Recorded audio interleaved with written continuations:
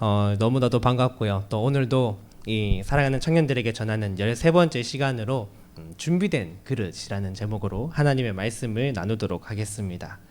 오늘 나누는 말씀은 이렇게 시작합니다. 20절, 21절의 말씀을 보시면 큰 집에 금그릇도 있고 은그릇도 있고 나무그릇도 있고 질그릇도 있는데 각기 귀하게 쓰임을 받을 때도 있고 때로는 천하게 쓰임받는, 여기서 귀천이라고 표현이 되어져 있지만 각기 다른 곳이라고 생각하면 되겠습니다. 천하게 쓰임을 받는 때도 있는데 이 그릇들이 쓰임을 받을 때 중요한 것은 깨끗하게 준비되어져 있을 때 우리가 하나님으로부터 쓰임 받는다라는 이야기로 바울이 말을 열고 있어요. 바울은 우리에게 먼저 가르쳐 줍니다. 우리 여기 있는 모든 분들이 하나님 앞에 각기 다른 부분으로서 부름을 받았다라는 것이죠. 누군가는 금그릇이고 또 누군가는 은그릇이고 때로 이런 것들이 다양하게 쓰입니다. 어떤 때에는 넓은 쟁반이 필요한 반면에 어떤 때에는 깊은 그릇이 필요하기도 한 것처럼 그렇게 우리는 각기 다른 모습으로 부름을 받았죠. 바울은 또 이러한 것을 이렇게도 표현을 합니다. 교회라는 몸에 붙어있는 우린 지체다. 누군가는 이렇게 새끼손가락 역할을 할 수도 있고요. 새끼손가락이 별거 아닌 것 같지만 이거 없으면 되게 불편하잖아요. 그죠? 아시죠? 누군가는 눈의 역할을 할 수도 있고 또 누군가는 정말 작아 보이지만 아주 중요한 이런 손톱의 역할이나 속눈썹의 역할을 할 수도 있습니다. 어쨌거나 내가 하나님께 1달란트를 받았던지 5달란트를 받았던지 잘 알지는 못하지만 우리 모두가 각자 주어진 자리에서 내 가진 것으로 하나님께 최선을 다해 섬기면 이미 여러분들은 귀하게 쓰임 받고 있는 거예요. 그런데 바울은 거기서 이제 한 가지를 더 얘기합니다. 근본적으로 우리가 쓰임을 받기는 받는데 꼭 필요한 것이 있다. 그게 무엇이냐라고 했을 때 하나님께서는 아무 도구나 사용하지 않으신다라는 거예요. 깨끗하게 사용하기에 적절한 준비되어져 있는 도구를 사용한다라는 것입니다. 최근에 저는 이런 소식들을 듣습니다. 어떤 소식이냐면 이제 코로나가 탁 터지고 나서 교계에서 가장 타격을 많이 받은 곳 중 하나가 이제 캠프하는 곳들, 여름 캠프, 겨울 캠프 하는 곳들, 그리고 캠프에 돌아다니면서 찬양 사역하시는 분들, 부흥회 인도하시는 분들, 어떤 사역 팀들, 이런 팀들이 굉장히 타격을 많이 받았어요. 왜냐하면 수련회가 없으니까요. 수련회가 다 방송으로 들려주고 어느 교회 찾아가는 것도 쉽지 않은 일이기 때문에 굉장히 좀 힘겨운 시간을 많이 보내셨다라고 해요. 그런데 이제 지금이야 서울에 이렇게 4차 유행이 시작되면서 다시 4단계 되고 하지만 그 바로 직전에 교회는 이제 약간 우리도 그랬잖아요. 이제 한 발 좀 제대로 다시 한번 예전처럼 돌아갈 수 있나 하면서 탁 준비하던 시기가 있었어요. 그 타이밍에 맞춰서 많은 교회들이 예전에 함께 섬겼던 찬양팀, 사역자분들 연락을 이제 하기 시작한 거예요. 다시 우리 수련회 할 건데 오실 수 있겠어요? 우리 수련회 할 건데 초청하고 싶습니다. 하는데 두 가지로 갈리는 거죠. 한 가지는 이제 이런 것입니다. 딱 불렀을 때 준비가 돼 있는 거예요. 부름 받자마자 바로 날아오는 거예요. 와주시는 거예요. 그런데 정말 안타깝게도 또 다른 한 가지는 그것입니다. 정말 아쉽지만 준비되어 있지 못하셨던 거예요. 그래서 이번 기회에 함께 할 수 없고 다음에 함께 해야 하는 그런 일들도 있었다라는 것을 이렇게 소식을 전해서 듣게 되었습니다. 마찬가지로 오늘 저와 여러분, 하나님이 창조하신 목적에 맞게 쓰임받기 위해서 우리는 준비되어져 있어야 합니다. 오늘 말씀에 따르면 깨끗하게 준비되어져 있어야 하는데 어떻게 우리가 하나님께 쓰임받는 도구로 나아갈지를 말씀으로 한번 나눠보도록 하겠습니다. 준비된 그릇 첫 번째는 먼저 청년의 정욕을 피해야 한다라는 것입니다. 본문 22절 우리가 한번 같이 읽어보겠습니다. 시작. 또한 너는 청년의 정욕을 피하고 주를 깨끗한 마음으로 부르는 자들과 함께 의와 믿음과 사랑과 화평을 따르라 라고 얘기하고 있죠.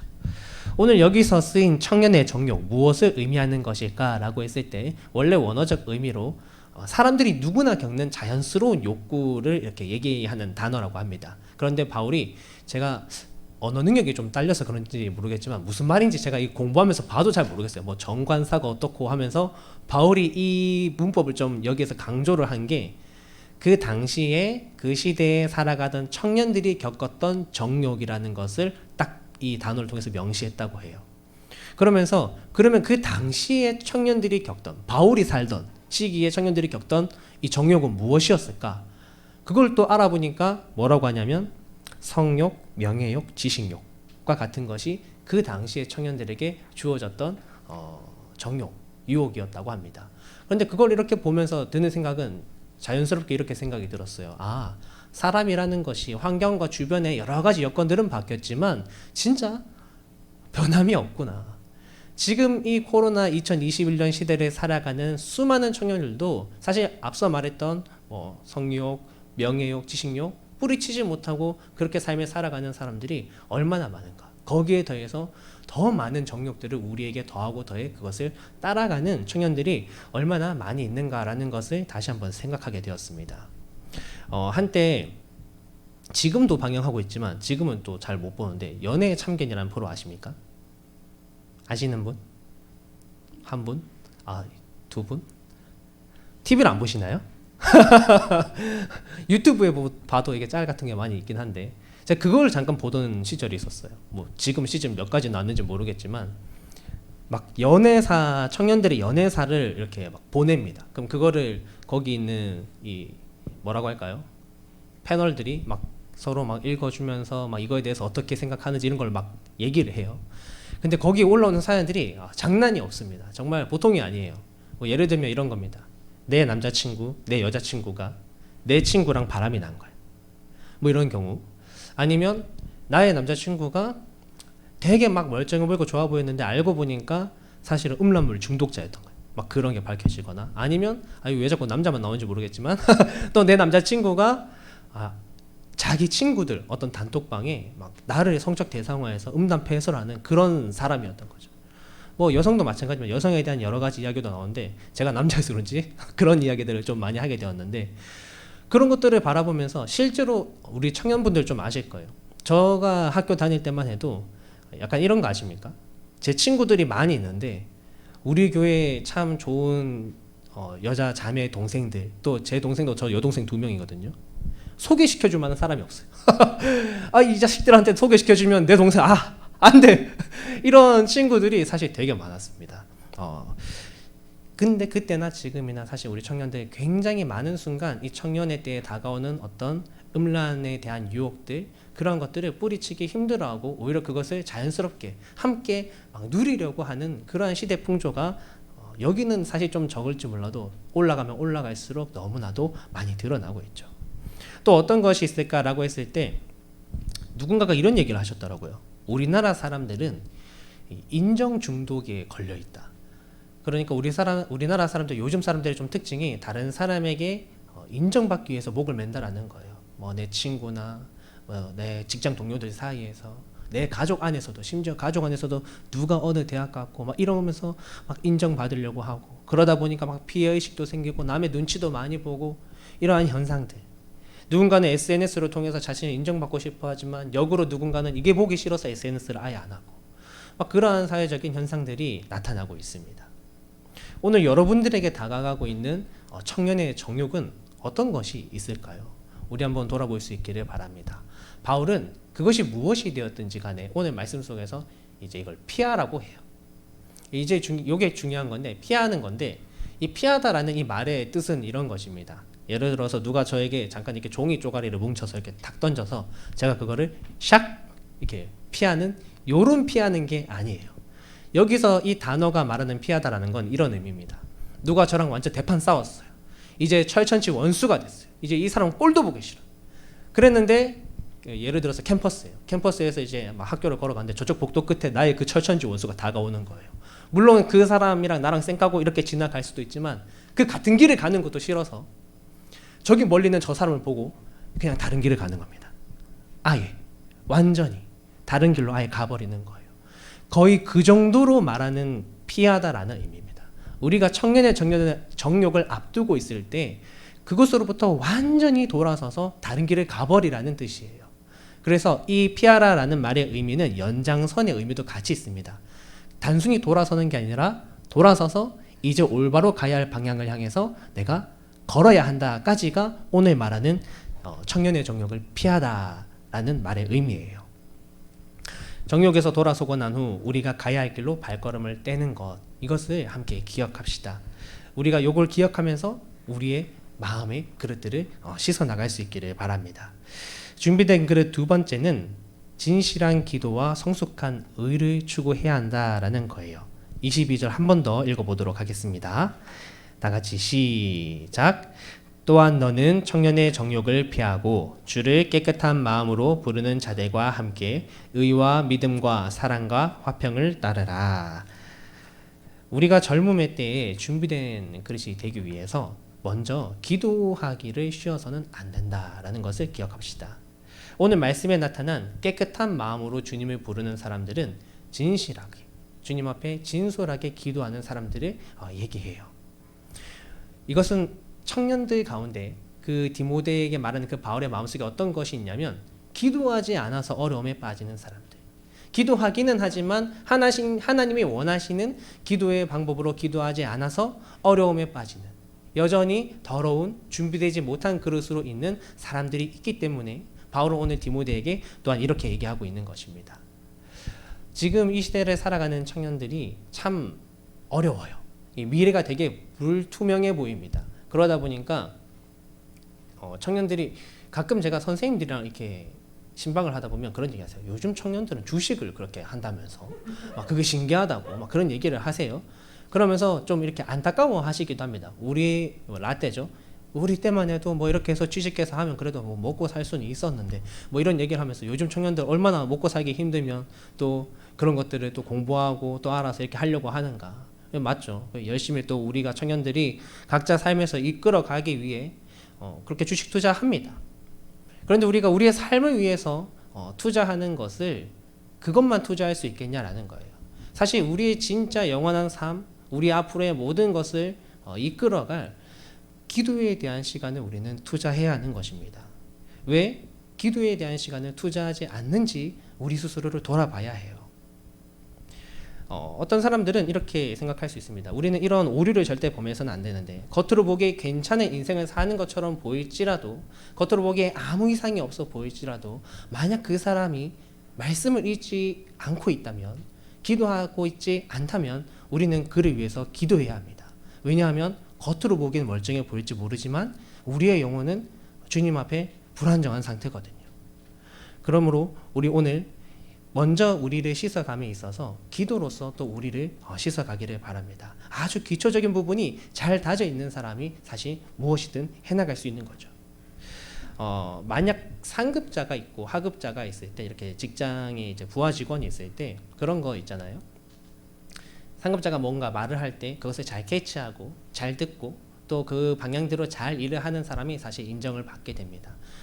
마찬가지죠. 우리가 하나님의 귀하게 쓰임받는 도구가 되기 위해서는 하나님의 뜻을, 하나님의 계획을, 하나님이 하고자 하시는 방법들을 우리가 잘 알아야 합니다. 그렇게 알기 위해서는 말씀과 기도가 꼭 필요한 것이죠.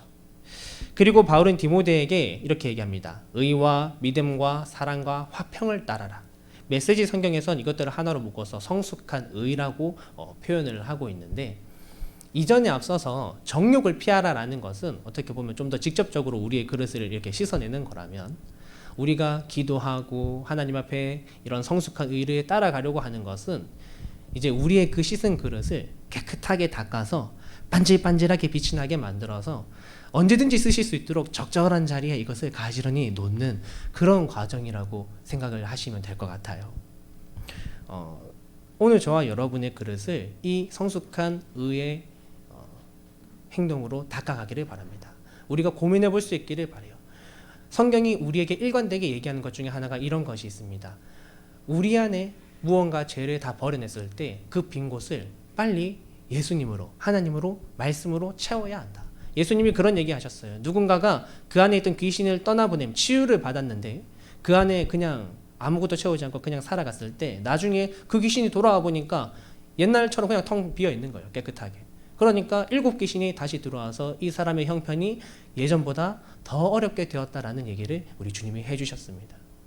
우리가 이전에 나의 청년의 정욕을 피해냈다면 이제는 우리 안에 기도와 사랑과 화평과 이 믿음의 의들을 채워가야 하는 것이죠. 여러분들의 삶을 살아가실 때 어떻게 하면 내가 믿음으로 내 하루를 채워갈 수 있을까 고민하면서 여러분들의 그릇을 닦아보실 수 있기 바랍니다. 어떻게 하면 내가 만나는 청년들과 함께 화평하면서 지낼 수 있을까? 어떻게 하면 내가 오늘 하루를 살아갈 때 내 주변의 사람들에게 예수님의 사랑을 조금이라도 나타내면서 삶을 살아갈 수 있을까? 그걸 고민하면서 여러분들의 그릇을 닦아가시면 아마 여러분들의 그릇이 반질반질하게 빛이 날 거예요. 사과 이렇게 닦으면 반질반질해지는 것처럼. 설거지하면 그렇습니다. 설거지 깨끗하게 잘해놓고 찬장을 탁 부으면 되게 뿌듯해요. 하나님이 여러분들을 보셨을 때 여러분들이 깨끗하게 반질반질하게 잘 닦여서 준비되어져 있는 그런 그릇이 되기를 바랍니다.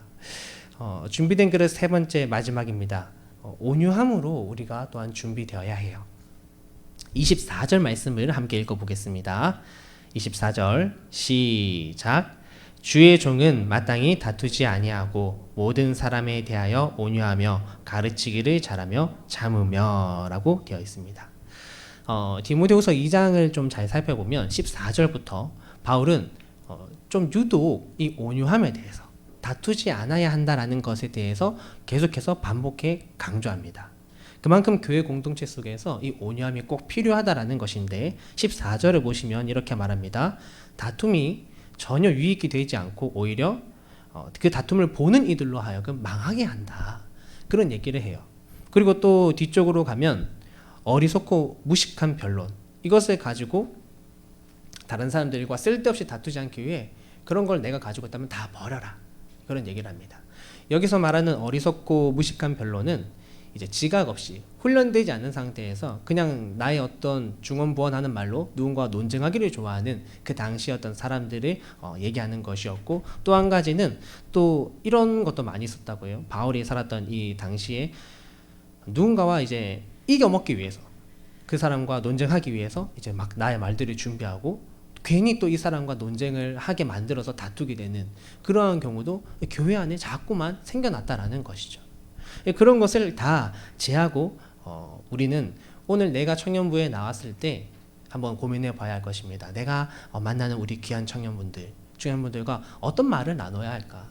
가끔 그런 생각을 합니다. 제가 청년분들과 참 점점 더 거리가 가까워지면서 한편으로 걱정하는 것은 제가 또 말을 하다가 우리 청년분들에게 괜한 실수를 하진 않을까, 그런 걱정이 또 때로는 많이 들어요. 그런데 우리 모두가 함께 사실 이러한 마음들 또 생각을 가지고 같이 나아가야 할 것입니다. 한 가지 더 기억할 건 이 온유함이라는 거는 그냥 마냥 착한 것은 아니다라는 거예요. 우리 담임 목사님께서도 얼마 전에 이제 설교를 하시면서 그런 얘기를 하셨습니다. 온유한 게 그냥 착한 건 아니다. 오늘 말씀 속에 이 온유함에 대해서 좀 잘 설명이 되어 있는데, 말씀에 보시면 가르치며 참으며 이렇게 표현이 되어져 있습니다. 잘 가르치고 잘 참는 사람이 온유한 사람인 거예요. 우리는 누군가가 하나님과의 반대의 길로 가고 있을 때, 잘못된 길로 가고 있을 때 그 사람에게 가르쳐 줄 수 있어야 합니다. 그때도 입 다물고 있을 수는 없는 거예요. 빨리 건져주고 빨리 당겨주고 붙들어 줄 수 있어야 합니다. 말해야 하는 것이죠. 그렇지만 그 가운데 한 가지 더 생각해야 할 것은 그 사람을 향해 우리가 사랑하는 마음으로 오래 참을 줄도 알아야 한다는 것입니다. 참을 수 있고 인내하고 용납해 줄 수 있어야 해요. 성경에 보면 모세가 참 그런 사람으로 잘 나타났죠. 모세의 삶을 잘 보시면 딱 이런 삶을 살았습니다. 그의 평생 동안 이스라엘 백성들 어떻게든 하나님 앞에 잘 끌고 가려고 수없이 많은 말들로 가르쳤어요. 하나님께 받아서. 그가 이스라엘 백성들 가르친 그 마지막 설교가 신명기가 아닙니까? 그러면서 또 어떻게 했습니까? 이스라엘 백성들 민수기에 보면 진짜 계속 불평불만만 아주 늘어납니다. 계속 하나님 앞에 반항하고요. 모세 막 잡아 죽이려고 하고요. 반역 일으키고요. 그런데도 어떡합니까? 다 받아줍니다. 용납합니다. 심지어 모세가 그들을 위해서 내가 죽어도 좋으니까 저 사람들 심판하지 말라고 하나님께 기도해요. 그렇게 온유함으로 준비되어져 갈 때 하나님이 그를 이스라엘 백성들을 이끄는 사람으로 쓰셨습니다. 온유함이 없는 공동체는 여러분 바리새인 공동체가 돼요. 정죄밖에 남지 않습니다. 종교성만 남은 교회는 더 이상 교회라고 할 수 없어요. 주님 안에서 참된 자유는 없이 막 교회 안에 오면 우리 서로 막 발에 족쇄 채워주기 바빠요. 네 족쇄 한 개, 내 족쇄 한 개, 이렇게 채워주면서 살아가게 됩니다. 우리가 서로 정죄할 때, 그래서 우리 안에 서로 분열이 일어날 때 우리는 생각해 봐야 합니다. 내가 지금 하나님 앞에 거룩하게 깨끗하게 쓰임받는 그릇인가? 사실 아닐 수 있다는 거예요. 참소하는 자, 고소하는 자는 바로 사단입니다. 우리는 어쩌면 사단의 도구로 그때 쓰임 받게 될 수도 있는 것임을 늘 우리는 분별하면서 살아가야 할 것입니다.